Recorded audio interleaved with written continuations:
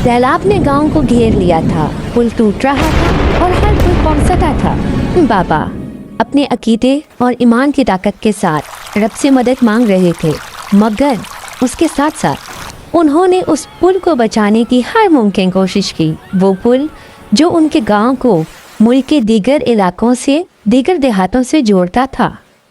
गांव के किसान अहमद का तांगा पुल पर फंस चुका था।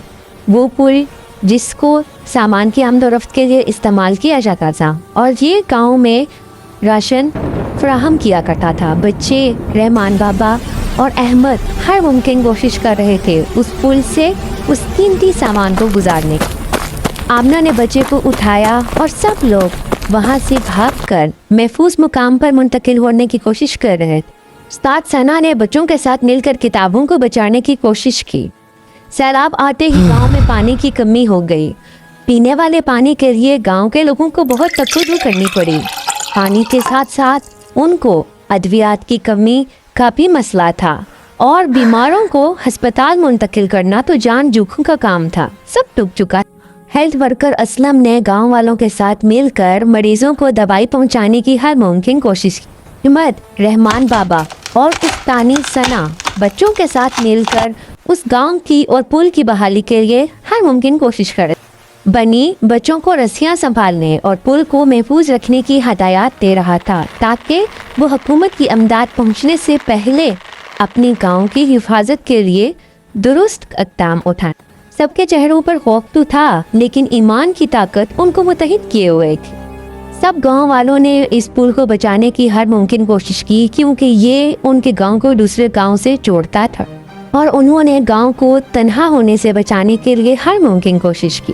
पुल की मुरम्मत के साथ साथ गांव वालों को अद्वियात, तालीम की सहूलियात, खुराक पहुंचाना उनका सबसे अहम मकसद था जिसमें वो कामयाब हो रहे थे। इलाज की सहूलतें भी फराहम की जाने लगीं और उसके साथ साथ तालीम और तदरीस, ये भी एक बहुत अहम मरहला था जिसको शुरू करना बाकी था। सैलाब का पानी उतर चुका था। रहमान बाबा, अहमद और बनी मिलकर सुकून और इत्मीनान से बहाली के कामों को देख रहे थे और साथ साथ मदद भी फराहम कर रहे थे। सबके चेहरों पर उम्मीद और ताउन की झलक थी। बनी आरज़ी पुल पर चढ़कर मुरम्मत की निगरानी कर रहा था। सबके चेहरों पर खुशी और सुकून था।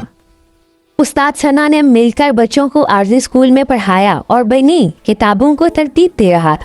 अहमद पुल की जांच कर रहे थे और गांव वालों को महफूज रास्ता दिखा रहे थे। रहमान बाबा अल्लाह ताला का शुक्र अदा कर रहे थे जिस रब पर ईमान की ताकत ने उनको इस मुश्किल से बचाया। आमना और रहमान बाबा महफूज तरीके से पुल पार कर गए। बच्चे भी खुशी का इजहार कर रहे थे और गांव में सुकून और खुशी वापस आ चुकी थी। ये सब इत्तफाक और अल्लाह ताला पर ईमान रखने की ताकत से मुमकिन हो चुका था। तदरीस का अमल भी बहाल हो चुका था। रहमान बाबा और अहमद सब मिलकर ज़ेरे आब आए घरों की मुरम्मत कर रहे थे। बनी बच्चों को साफ काबिल इस्तेमाल पानी भरकर दे रहा था। गांव में खुशी वापस लौट आई थी। पुल और गांव की मुरम्मत के बाद बनी बच्चों को कहानी सुना रहा था। रहमान बाबा बनी को दुआ दे रहे थे। गांव मुकम्मल तौर पर महफूज और खुशहाल हो चुका था। सिर्फ ईमान की ताकत, रब की मदद और एक दूसरे के ताउन से, इत्तफाक से